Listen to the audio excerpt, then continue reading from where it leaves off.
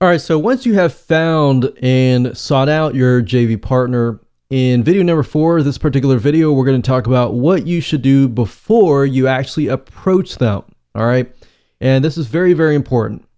One thing I'm going to say is that it's a really good thing to build a relationship with your JV partner that you will be approaching, because the less you are an outsider that just contacts the person without establishing any relationship beforehand, the more you are going to actually get them to accept you. Now, like I said, even if you do this and your product is in direct competition with theirs, they're more likely going to say, I'm sorry, I can't do that. Even if they really like you and they really want to, they're probably going to say no.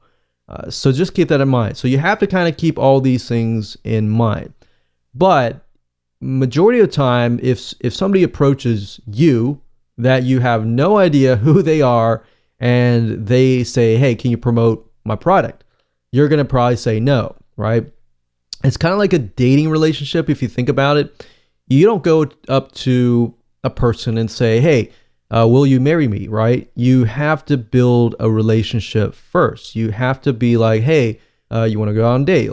Or hey, let me buy you this lunch, or let me buy you this dinner. And it doesn't have to be a dating relationship. It could be a friendship, or anything like that. You could be like, hey, hey, I'll bring you out to lunch and let's talk, So you do it step by step like that, and eventually it becomes a relationship, right? So same with the JV partner.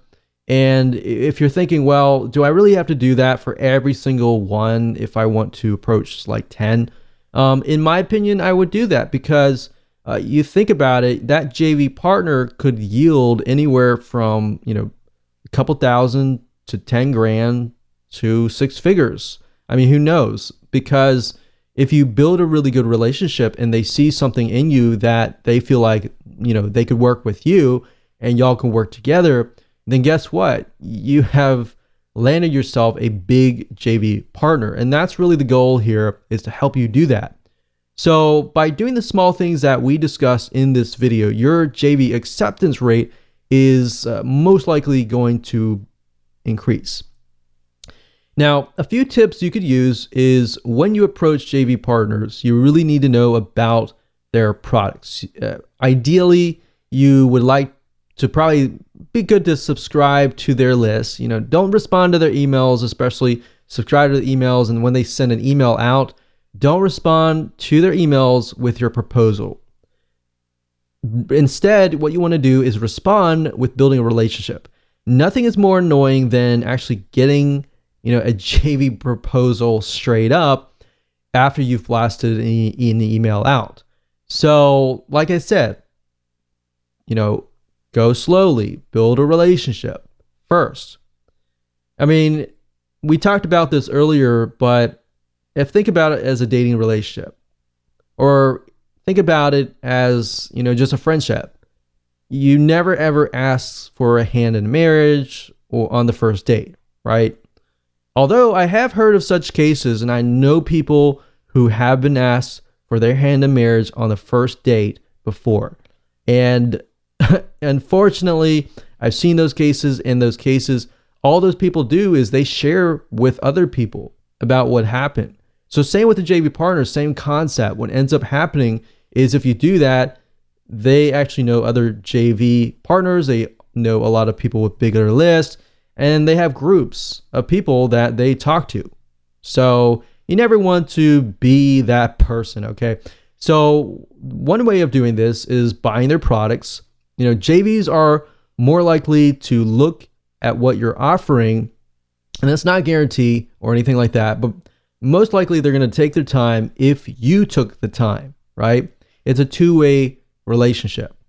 If it's a one-way relationship, they're going to feel like you don't care, you just want money, you just want to use them, right? You never want to feel that way. So same thing in this case.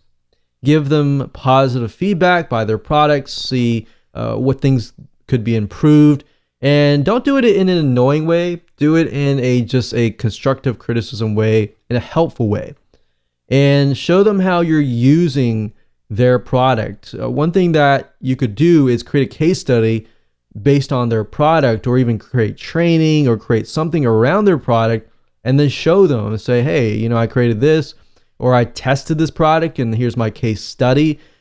People have done that before, and I was just wowed and amazed.